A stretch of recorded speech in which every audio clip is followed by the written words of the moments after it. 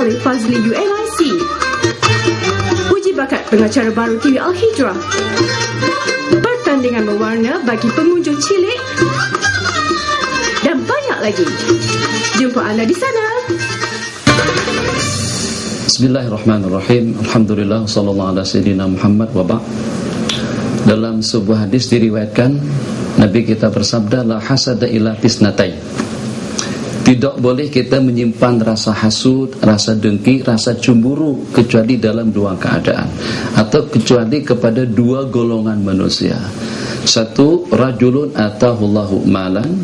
Yang kedua, rajulun atahullahu ilman wa hikmah.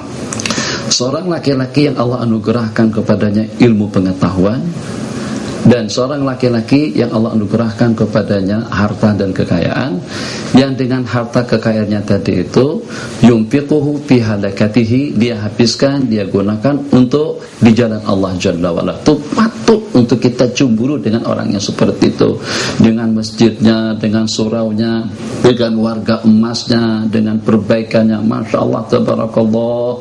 Jadi yang walaupun dengan kita tidak upaya untuk melakukan perkara yang sama, tapi dengan keinginan yang bergelora di dalam hati, Masya Allah, tabarakallah. Kalau seandainya Allah bagikan satu nikmat yang sama, maka aku juga akan berbuat perkara yang seperti yang telah dilakukan oleh fulan bin fulan dengan harta dan juga dengan kekayaannya. Itu patut untuk kita cemburui.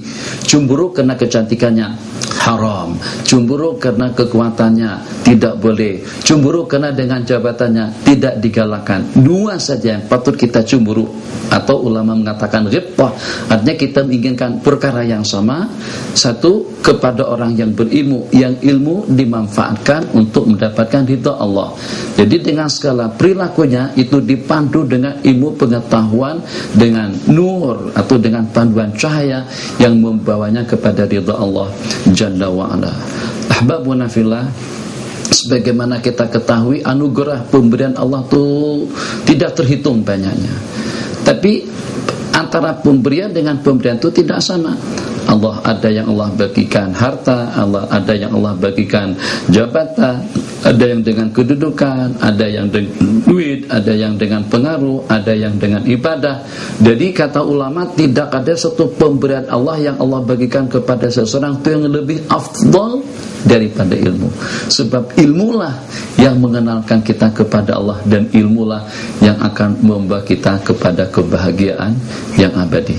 Oke, kita ada beberapa pertanyaan. Silakan dengan pertanyaan yang pertama. Fadilul Syekh, ini soalan daripada Facebook. Apa tanggungjawab orang Islam berkenaan isu Palestin? Tanggungjawab kita terhadap saudara-saudara kita yang di Palestin, yang tertindas sejak berpuluh-puluh tahun yang lalu. Jadi saya masih teringat perumpamaan yang sangat sederhana sekali daripada Syekhuna wa Maulana Abul Hasan An-Nadawi rahimahullahu ta'ala. Jadi kata beliau, seandainya ada kesepakatan daripada umat Islam dan juga kesediaan daripada mereka untuk membantu dan menolong, peribahasa cukup hanya dengan mengeluarkan ludah saja, itu dengan Israel akan kebanjiran. Kalau semua masyarakat Islam di seluruh dunia mau beludah saja, di peribahasanya seperti itu, niscayalah Israel itu akan hanyut larut dan tenggelam. Jadi sebagaimana kita ketahui, yang walaupun beda bahasa, beda negara, beda tempat, beda jabatan, beda kedudukan, tapi satu-satunya yang menyatu padukan antara kita sesama muslim, atau satu-satunya yang menyatu padukan umat beragama, bukan daripada darah, keturunan, bukan juga daripada nasab, itu adalah agama.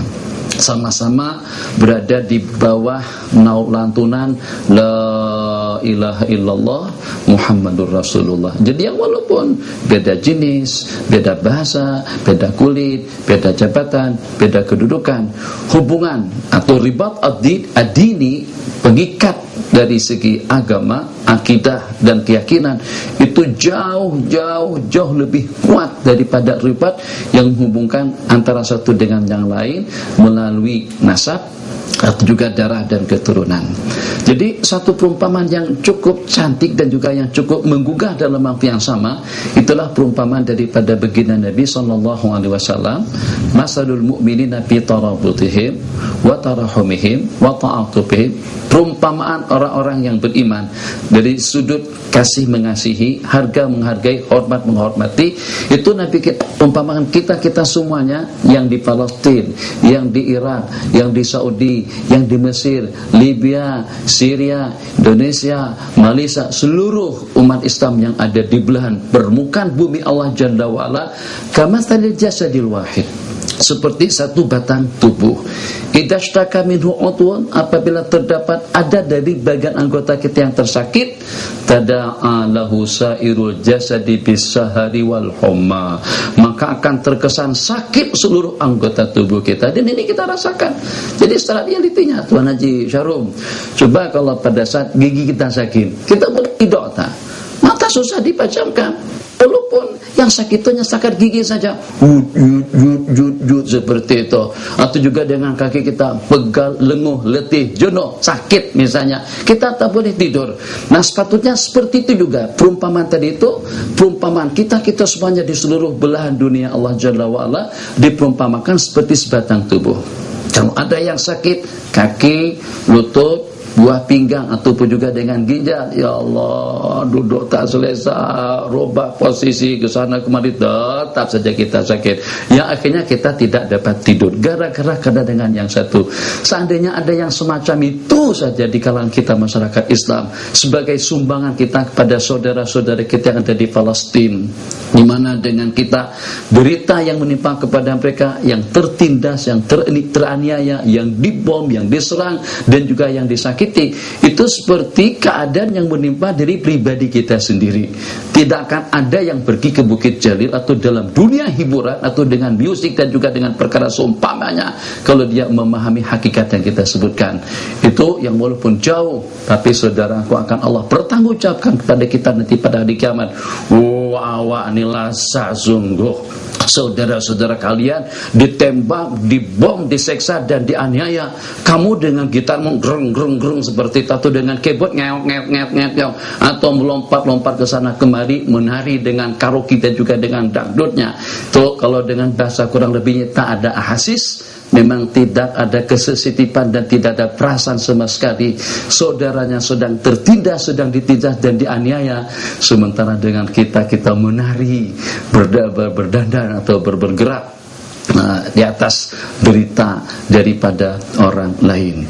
Jadi kita membantu saudara-saudara kita. Kalau kita tidak mampu dengan duit, dengan jiwa raga yang pertama, dengan duit dan harta yang kedua, paling tidak dalam iringan doa. Ana masih ingat ungkapan kata-kata saudara-saudara kita daripada Bosnia dan juga daripada Albania pada saat mereka berhadapan dengan tentara Soviet. Itu selama tidak kurang daripada sekian tahun Yugoslavia dahulu, pada ketika berhadapan dengan Soviet, itu ternyata kata mereka, Masya Allah, Tabarakallah, kadang-kadang senjata canggihnya Rusia tadi itu tidak mempan. Entah kadang-kadang tidak boleh digunakan, kadang-kadang tak nampak kelihatan. Banyak pertolongan-pertolongan yang berlaku dan mereka berkat doa daripada muslimin dan muslimat. Jadi kita kadang-kadang beranggapan kalau dengan bantuan ketenteraan misalnya, atau keuangan, atau juga dengan yang seumpamanya, itu baru terkesan. Tidak. Kalau kita tidak mampu membantu mereka dengan tenaga, tidak mampu membantu mereka dengan harta, paling tidak dalam lantunan doa kita, Allahumma ansur al-mujahidina fi kulli makan, Allahumma ansur ikhwanana al-mujahidina fi Palestin wa fi anha'il alam. Ya Allah, berikanlah pertolongan kepada saudara-saudara kami yang ada di Palestin, yang ada di Syria. Mereka juga sama punya hasrat dan juga punya keinginan sebagaimana kita. Mereka juga ada anak bini, mereka juga punya rancangan untuk masa depan. Mereka juga punya keinginan untuk mendapatkan ridho waktu-waktu mereka, sebagaimana kita di sini dikejar waktu atau umur yang Allah bagikan kepada kita, ternyata masih belum cukup untuk kita mencapai hasrat target yang kita inginkan. Mereka pun juga semacam itu. Lebih lagi kalau pada suatu saat tidak aman. Nak beribadah seperti apa, sembahyang seperti apa, zikir yang seperti apa, kedudukan yang seperti apa, kalau pada saat keamanan sudah terjejas dalam kehidupan. Silakan, ada pertanyaan daripada Facebook. Pertanyaan yang kedua, bagaimana cara untuk melindungi diri daripada terkena perbuatan sihir? bagaimana cara untuk melindungi diri daripada perbuatan sihir? Jawabannya tetap dengan tajuk kita tadi itu, dengan ilmu lah. Cuman aspek kita terelak daripada perbuatan sihir. Nanti kita kata subuh ada bacaan, sore petang ada bacaan. Ada bacaan yang dibaca pada waktu kita masuk tandas, yang dibaca pada waktu kita nak makan, nak minum, nak tidur, dan juga dengan hal-hal yang seumpamanya. Bacaan yang dibaca saat ketika kita melibatkan diri dengan berbagai aktiviti itu tidak ada yang sia-sia. Hanya kita saja yang tidak paham. Sebab kita paham kalau kita tengok, paham kalau kita dengar.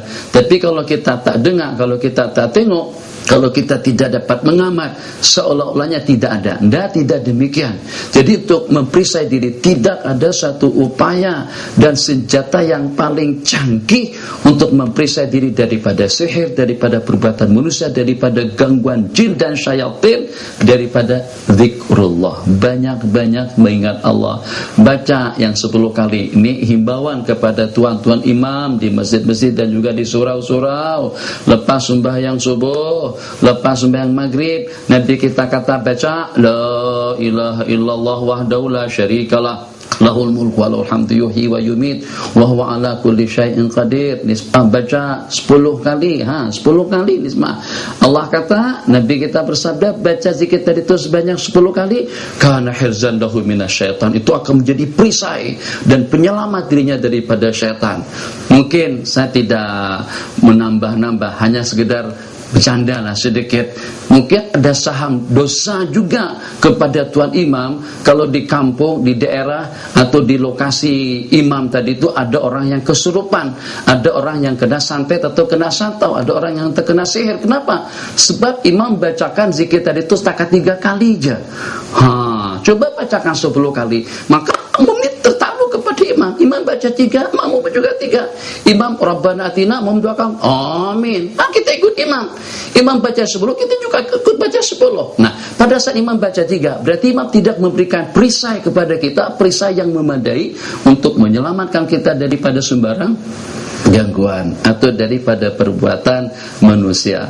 Itu diantaranya baca surah Baqarah, ayat kursi, surah Fatihah, Al-Waqi'ah, Ar-Rahman.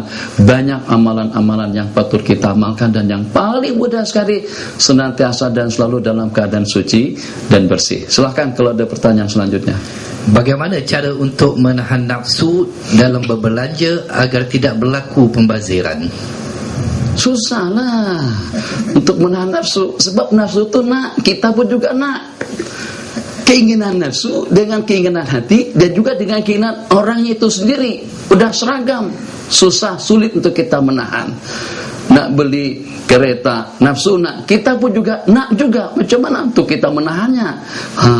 Jadi kalau seandainya masih dipakai, masih dimanfaatkan, masih kita gunakan, Masya Allah, tabarakallah, 1 menit lagi waktu kita, dengan sajian makanan, memang ikut selera dan juga ikut nafsu.